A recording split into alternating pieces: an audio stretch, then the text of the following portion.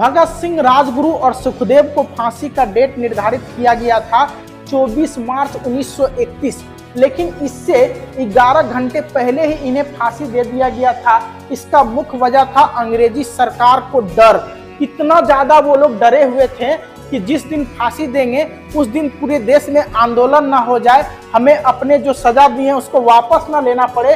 इसके डर से एक दिन पहले शाम को अचानक सूचना देते हैं अंग्रेजी हुकूमत कि भगत सिंह को फांसी एक दिन पहले शाम 7 बजे दिया जाए। और इसके लिए 6 बजे जब भगत सिंह के पास पहुंचते हैं कि चलिए आपके फांसी का वक्त हो गया, भगत सिंह कहते हैं कि एक क्रांतिकारी दूसरे क्रांतिकारी से मिल रहा है, बस मुझे 2 मिनट का वक्त चाहिए।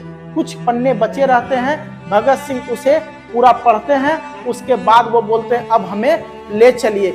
उस समय ये लेनिन की किताबें पढ़ रहे हैं, कार्ल मार्क्स, लेनिन, इस प्रकार की किताबें इन्हें पढ़ना बहुत पसंद था। जेल में ही इन्होंने 300 किताबें पढ़ी और 3000 लाइन लिख डाले और साथ में कई पत्रिकाओं में ये अपना लेखनी लिखते थे ताकि देश के लोग जो है वो उपद्र हो सके और अंग्रेजों के खिलाफ आंदोलन कर सके।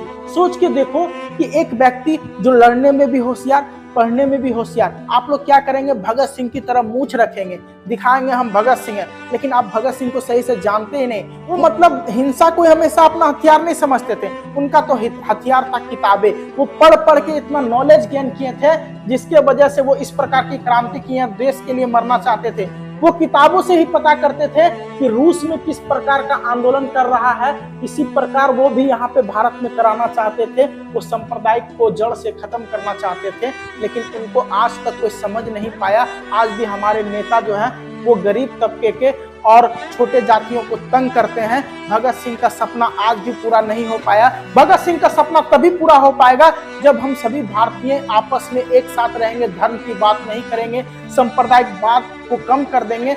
अब हम बात करते हैं भगत सिंह का फांसी का समय का। जब इन्हें एक दिन पहले फांसी दी जा रही थी तो इनका अंतिम इच्छा था कि हम अपने घर का खाना खाएंगे, अपने माँ का बना हुआ। इसकी माँ खाना तैयार की और जेल में लेके आई। वही शाम 7 बजे करीब इसकी माँ आई। गेट पे ही इन्हें रोक दिया गया था। इनके गांव से बहुत सारे लोग आए थे, इनके पिता थे, इनकी माँ थी, बहुत सारे लोग थे। खाना को रोक दिया गया, इनको खाना तक नहीं देने दिया गया। जेल के बाहरी लोगों को रोक दिया गया क्योंकि उस समय फांसी दे रहा था। वो लोग को तो सोचना था कि कल सुबह फांसी मिलेगा, आज इसको खाना खिला देते हैं घर का, लेकिन जेल के अंदर नहीं आने दिया। फांसी देने से पहले भगत सिंह का आखिरी इच्छा पूछा गया। उन्होंने कहा हम तीनों का हाथ खोल दिया जाए, हम तीनों एक बार गला मिलना चाहते हैं। और जैसे ही तीनों का हाथ खुलता है, ये तीनों एक दूसरे को लिपट कर गला मिलते हैं और उसके बाद इनकलाब का नारा लगाते हैं। इतने जोर से इनकलाब का नारा लगाते हैं कि वहां 1 किलोमीटर के एरिया में पूरा आवाज इनको गूंजता है। दूर दूर तक पता चल जाता है कि इनकलाब का नारा चल रहा है। जेल में जितने कैदी रहते हैं सभी इनकलाब का नारा लगाने लगते हैं। भगत सिंह उस समय बहुत ही गौरवान्वित महसूस करते हैं। सोच लो, मौत नजदीक है और इनकलाब का नारा लग रहा है, वो भी इतने लाउड आवाज में। तीनों भगत सिंह, राजगुरु, सुखदेव किस प्रकार के लोग थे।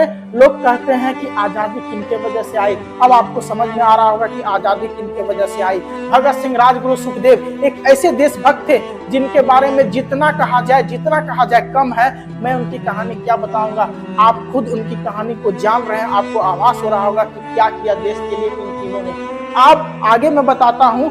उसके बाद ये तीनों का इच्छा था कि हमारे हाथ और मुंह को खोला जाए, उसके बाद फांसी दी जाए। लेकिन उन्होंने कहा हाथ को तो मैं खोल के रखवा सकता हूं, लेकिन आपके सर को ढकना पड़ेगा।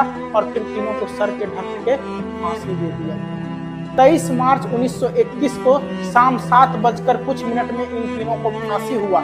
उसके बाद अंग्रेज इनके लाशों के साथ क्या किया, यह जरा ध्यान से सुनिए। वो लोग इतना बेहुदा थे, जलियांवाला हत्याकांड, उसके बाद भगत सिंह के साथ ऐसा किए और उनकी लाशों को क्या किए, कपड़े में ढक दिए और जेल के पीछे जो दीवार थी उसको तोड़े और उस दीवार से एक ट्रक लगा हुआ था, उसके बगल में ही पीछे के रास्ते से मंगवाए। उस ट्रक में तीनों के लाश को फेंक दिया और फिरोजाबाद में उनकी लाश को टुकड़ा टुकड़ा कर रहे थे ताकि जल्दी से यह जल जाए और करासन तेल छिड़क के जला रहे। तो सोच लो, ऐसे क्रांतिकारी का लाश को करासन तेल से टुकड़ा करके जलाया जा रहा था। कैसे लोग थे अंग्रेज, और आज हम अंग्रेज की तारीफ करते हैं। हम तो जिंदगी भर कभी अंग्रेज की तारीफ नहीं करेंगे। गांव के कुछ लोगों को वो लाश जलते हुए दिखा, वहां से गांव के बहुत सारे लोग वहां से दौड़ के आए, जिसके वजह से अंग्रेज वहां से भागने लगे और फिर सभी उस आग को बुझाया और उसके बाद फिर वहां के रावी नदी के किनारे इनकी लाश को जलाया गया, घी से इनकी लाशों को जलाया गया, इन्हें सम्मान दिया गया। पूरा देश रो रहा था इनकी मौत के समय, पूरा देश हाथ में था और अंग्रेज को मन ही मन गालियां दे रहा था। सोचो कि भगत सिंह, राजगुरु और सुखदेव हंसते हंसते इनकलाब कहते कहते रस्सी को चूमे और वो फांसी पे झूल गए। आज के दिन वो रस्सी भी रोती होगी और सोचती होगी कि किस वीर के गले में हम लटके थे, आज तक ऐसा वीर हमें मिला नहीं।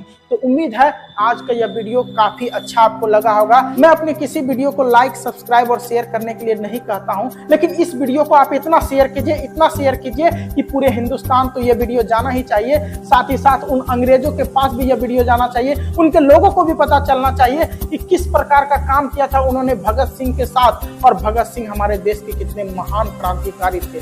आज के लिए इतना ही। जय हिंद।